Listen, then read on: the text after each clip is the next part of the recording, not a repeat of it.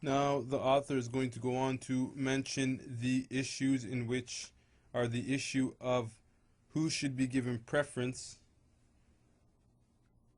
or who should be given preference when leading the prayer. So, for example, when there is a group of people and the time for the prayer comes up, who is given preference in terms of being the imam? And this issue is mustahab, meaning that it's recommended. And so he says, وَيُسْتَحَبُّ تَقْدِيمُ السُّلْطَانِ فِي الْإِمَامَةِ. Under all, the first one he mentions is taqdimu sultan, meaning the leader, or yani the leader of that region or the leader of the country. If there's ever a gathering in which he is present, then he is given preference over all others. Thumma rabbul manzil, meaning the person, yani the owner of the house. So for example, if we all were to go over to the house of a specific person and the time for prayer came, then it is mustahab for the leader of the house, I mean the one who owns the house, to lead the prayer, even if there are other people there. And there is an exception to the rule which we'll mention later, but in a household environment, it is the host or the one who runs the house or the one who owns the house that he should be the one to lead the prayer. ثُمَّ الْمُسْتَأْجِرُ يُقَدِّمُ عَلَى الْمَالِكِ. Then he mentions another issue. For example, if there's ever a case where a person is renting a house and their landlord comes over. So for example, your landlord is your next door neighbor and you have a gathering and you invite over the landlord. Still in this case, the one who is given preference in terms of leading the prayer is one who's renting the house, because during his renting he is as if he's the owner of the house. Then he says, ثم الزائد في الفقه ثم الزائد في الحديث ثم الزائد في القراءة. Then after that, what is to be considered is the one who knows the most fiqh that is related to the prayer, or just general, the one who is most learned in the issues of fiqh. So for example, if we were in a setting, for example, everybody was in a park and there was many people, then how would we judge? Because we're not inside the house and there's no ruler, then it is the one who's most knowledgeable in fiqh. ثُمَّ الزَّائِدُ فِي الْحَدِيثِ. Then the next criteria would be the one who is the most knowledgeable in hadith. ثُمَّ الزَّائِدُ فِي الْقِرَاءَةِ. Then the person who is most knowledgeable or more knowledgeable in qira'ah, in recitation of the Quran. ثُمَّ الزَّائِدُ فِي الْعِبَادَةِ. Then after that, so for example, let's say they're equal in fiqh, they're equal in hadith, and they're equal in recitation, then we'll go the highest in ibadah. The one who ثُمَّ الزَّائِدُ فِي الْعِبَادَةِ, one who is to be considered more worshipful. ثُمَّ الْمُسِنُّ فِي الْإِسْلَامِ. Then we're going to look at the one who is most knowledgeable in Islam. I mean, not most knowledgeable in Islam, who has been in Islam the longest.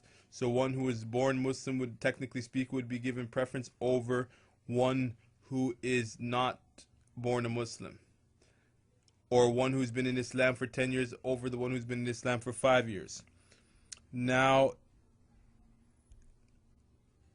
if all of this were equal, ثُمَّ ذُو النَّسَبِ, then a person who comes from an honorable lineage, right, which is pretty hard to dictate in our times now. ثُمَّ جَمِيلُ الْخَلْقِ, then the person who has the most beautiful terms of body, like size and body. For example, the muscular man over the skinny man, for example, or the person who's more physically fit than the other, or one may be slim and trim and the other may be a little overweight. Then that would take the one who is more fit should take precedence. ثم حسن الخلق ثم حسن اللباس ثم حسن الخلق, the person who is more mannerful, a person who is known to have good adab is given preference. ثم حسن اللباس, and then we would narrow it down to the one who is more dressed, for example, one who is dressed in Islamic attire, are dressed in a jubba and a turban and so on and so forth, and they would be given preference over one who's just wearing regular clothes. Then he's going to mention an important issue. He says, وَمَنْ كَانَ لَهُ حَقٌّ فِي التَّقْدِيمِ فِي الْإِمَامَةِ وَنَقَصَ عَنْ دَرَجَتِهَا كرب الدار إن كان عبد أو امرأة أو غير عالم مثلا فإنه يستحب له أن يستنيب من هو أعلم منه والله أعلم. Here he's going to mention the issue, as I mentioned before, in terms, we mentioned that the one who owns a house, for example, has the right to lead the prayer. It's recommended that he leads the prayer. Or, for example, the one who is renting the house. He says, وَمَنْ كَانَ لَهُ حَقٌّ فِي التَّقْدِيمِ فِي الْإِمَامَةِ, the one who has the right to lead the prayer. وَنَقَصَ عَنْ دَرَجَتِهَا, but he has a deficiency that would necessitate that had he been outside of the house, he wouldn't lead the prayer. For example, at his house, there's a faqih, one who's knowledgeable in fiqh, but that person himself is not a faqih. In his house, it's recommended that he leads the prayer because he's the one who owns the house.